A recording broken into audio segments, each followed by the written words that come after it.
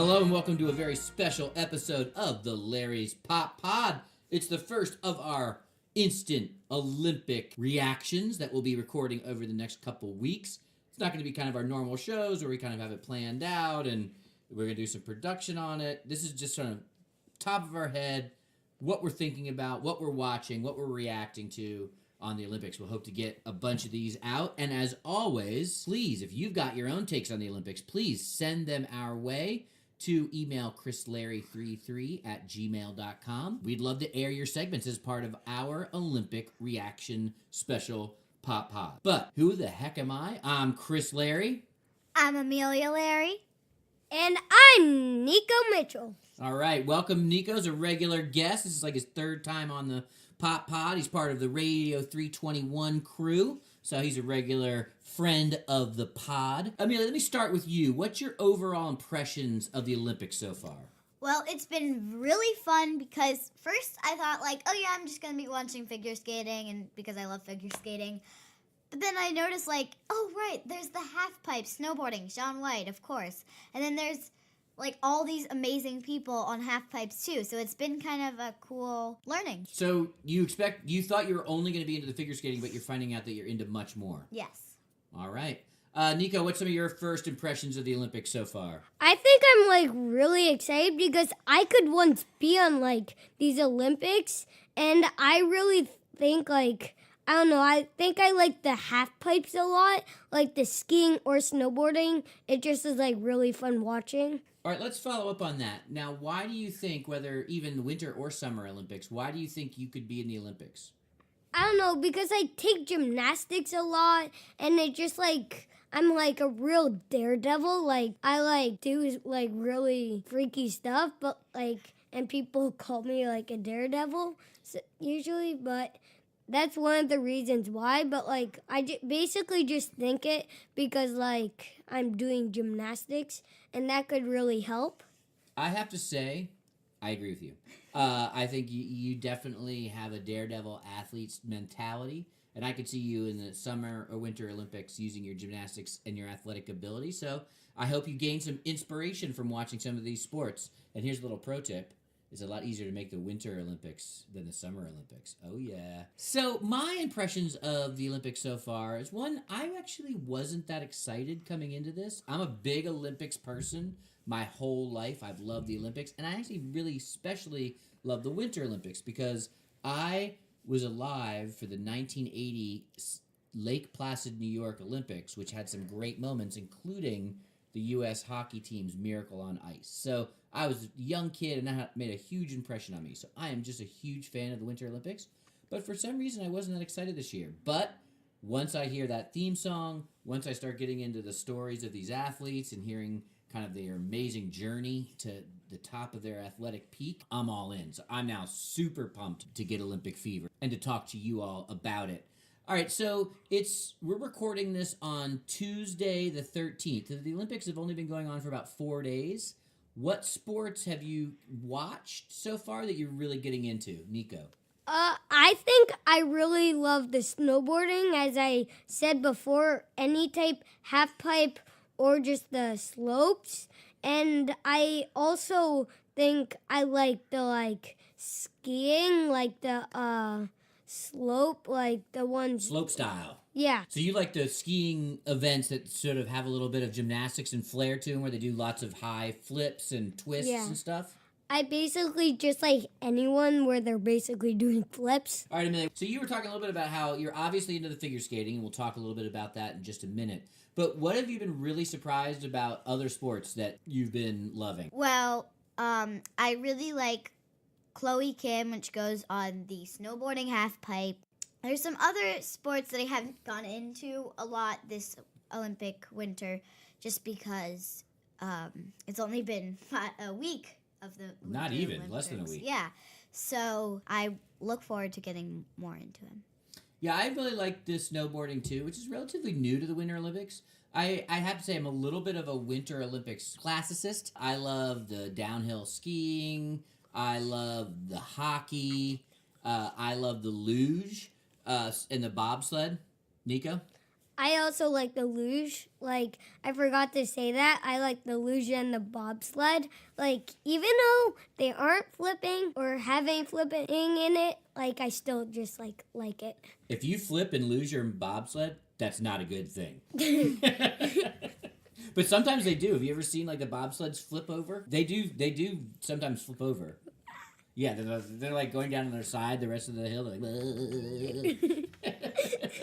all right, so yeah, in fact, one of my favorite moments of the Olympics so far was when the United States won its first ever medal in luge, in singles luge. And that was, I think his name is Chris Masder. And it's just amazing to watch his run. His family was all pumped. I mean, this is a big deal. No man for the United States had ever won a singles luge title. So that was actually one of my favorite early highlights of the Olympics so far. Nico, what was probably your highlight? I think my highlight was like Shaun White. He like did so well and like so like well done, and like as I said, I love the flips. Yeah, and so he's going for the gold medal tonight. Tonight is Tuesday, so you might be listening to this later, but we'll find out later tonight on Tuesday if he's won the gold medal.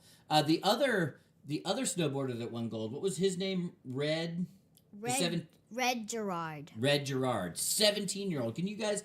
Same with Chloe Kim. Can you imagine being 17 years old and winning an Olympic medal? Yeah, that's just crazy. And then a much different scenario is a girl named Kelly Clark who is 34 years old. Right, in the women's halfpipe, 34. That's more my speed, even though she's still 11 years younger than me.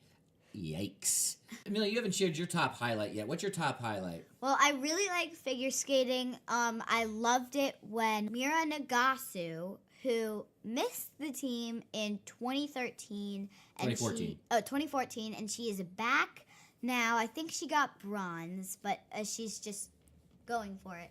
Well, she got bronze as part of the team. Yeah. But what was so special about her? She really crushed it when she did her long program for the team. What was special about that? I think she landed a triple axel. I think that's what it's called. I don't know. But it's just which is so hard to do. She was the first American woman to ever do it in competition. Yes. I think the second or third woman overall to do it anywhere. Mm-hmm. Yeah, so a lot of the figure skating hasn't really heated up yet. We saw the team competition, which gave us some great moments. That was new as of 2014, this figure skating team competition. But the real individual events haven't really even started. Amelia, give us a quick preview of what we should be looking for in the figure skating. Well, figure skating, I think you should be looking for, Nathan Chen, right after he didn't do very well, he went to practice, so I'm hoping he's going to be better. And you should be looking out for Mira Nagasu and Brady Tennell to be flawless on their individual. And Adam Rippon looks like he could have some potential, but I think he will maybe get third or second. I think another thing for age in figure skating, I saw somebody who's only like 16 years old. I was like, what? Yeah, me too. You have to be, I think you have to be 14 legally. You have to be 16. You have to be 16? All right, so you have to be 16 to even compete in the Olympics. So if you see a 16-year-old, that's as young as they can be. What are you still really looking forward to? What's some events or athletes that you're looking forward to? Amelia, then Nika. Well, I am really looking forward to Mira Nagasu. Well, I'm looking forward to an ice dancer. Ice dancers who are the names are Alex and Maya Shibotani. A cool fact is they're actually brothers and sisters.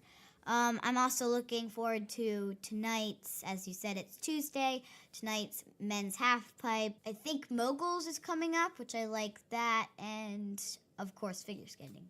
All right, Nico, what are you looking forward to? I'm looking forward to figure skating as well, like Nathan Chen, and I'm also really looking forward to like the slope style skiing and like the ones where like the flips on skiing, because like I just like really am looking forward to them. That's a good call. You are the flipping man.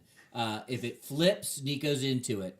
Me, I'm looking forward to a couple things still. I'm looking forward to seeing the U.S. women's hockey match between Canada and the United States, because they hate each other. So that's going to be a battle royale. They're really the only two teams that matter, so they just have to work their way through the tournament to get to the gold medal game, hopefully. I love hockey, so I'm looking forward to all of the hockey. I also really like short track speed skating. Do you all know what short track speed skating is? Speed skating, normally, traditional speed skating is where they race each other, and then whoever has the top 3 fastest times wins. Yeah. But in short track, it's actually like a race. Like they're 4 or 5 people all at once, and they wreck and crash all over the place. You like that too, Nico? It's so funny because sometimes they'll have woo, and there's like ah, bonk into one. You never know what's gonna happen. Like the best in the world, if someone like clips his skate or her skate, and she's just butt over elbow smashing into the wall. It could go anywhere. All right, so we'll be checking in with another show here, maybe even tomorrow. Who knows? Do more reactions to the Olympics on. You can watch it on NBC or the NBC Olympics app. So again, if you've got your own impressions on it, send it in. We'll run it in these shows, but we'll be back for our next check-in next time. Bye-bye.